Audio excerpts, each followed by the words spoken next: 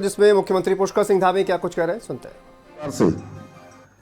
सभी ये इंडी गठबंधन के सदस्य बोल रहे थे, उसे सुनकर मुझे पुनः उसी अहंकार का आभास हुआ जिस अहंकार से लंकापति रावण ग्रसित था। लेकिन हमारे कांग्रेस के साथी शायद ये भूल गए, तीनों लोगों को जीतने का दंभ भरने वाले अहंकारी रावण का पतन भी माता सीता के अपमान के कारण ही हुआ था। मुझे लगता है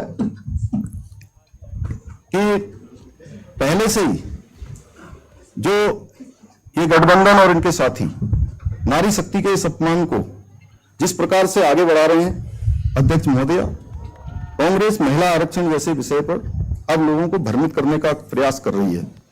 इनके परिसीमन के बारे में जो बार बार बात आ रही है, मैं उसके बारे में भी अपनी बात रखना चाहता हूं कि परिसीमन के बहाने की तो आदरणीय अमित शाह जी ने लोकसभा में पूरी तरह से हवा निकाल दी। एक एक तथ्य जो है लोकसभा के अंदर जो संसद की कार्यवाही में लिखित रूप से दर्ज हो चुका है, पूरी तरह से उन्होंने स्पष्ट कर दिया था। आदरणीय गृह मंत्री जी ने लोकसभा में स्पष्ट किया कि इस प्रक्रिया में परिसीमन के माध्यम से किसी भी राज्य की सीटों के साथ कोई भेदभाव नहीं होने वाला है, कहीं सीटें घटने वाली नहीं है। जिनका जितना प्रतिनिधित्व होने वाला है उतना ही प्रतिनिधित्व होगा, इसलिए सीटें बढ़ाने का प्रावधान का एक बिल लाया गया।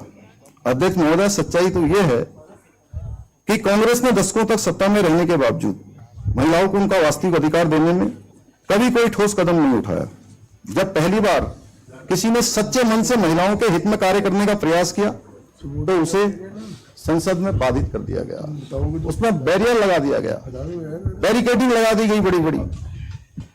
और मातृशक्ति को अगर 23% 33% का आरक्षण मिल जाता तो इसमें किसी का भी क्या जाता।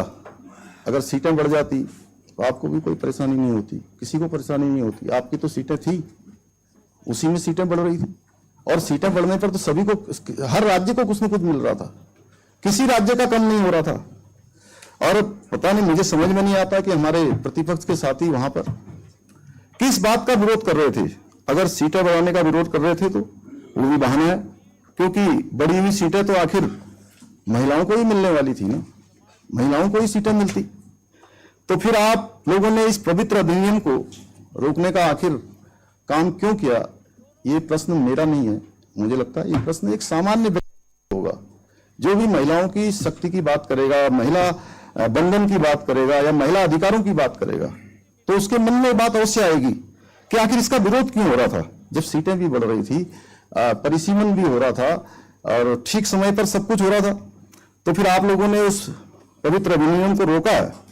अध्यक्ष महोदय, लोकतांत्रिक प्रक्रियाओं के प्रति गंभीरता दिखाने के स्थान पर इनका दृष्टिकोण हमेशा विरोध तक सीमित दिखाई देता है। महोदय, असल में कांग्रेस ने इस बिल का विरोध इसलिए किया कि अगर उनको आरक्षण मिल जाता तो उसका श्रेय भी मोदी सरकार को चला जाता या मोदी जी को मिल जाता। जबकि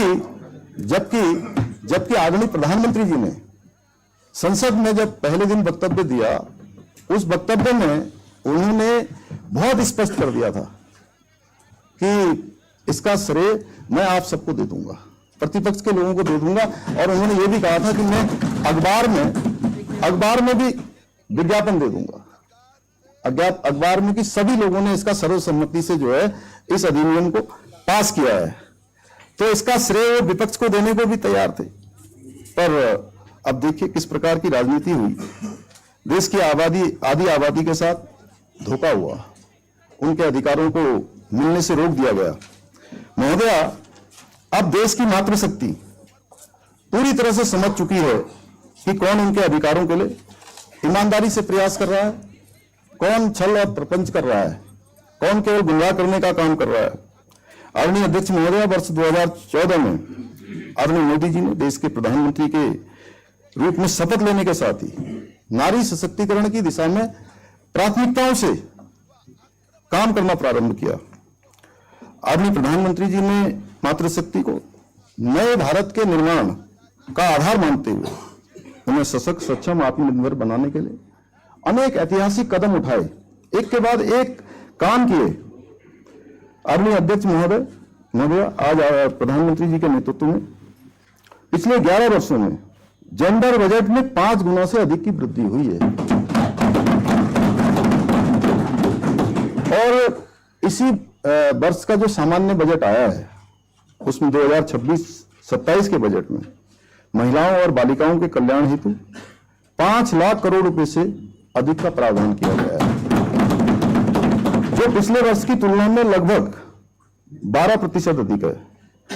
2015 में शुरू हुए बेटी बचाओ बेटी पढ़ाओ अभियान के पिछले 11 वर्षों में लिंगानुपात और बालिका शिक्षा में उल्लेखनीय परिवर्तन आए हैं।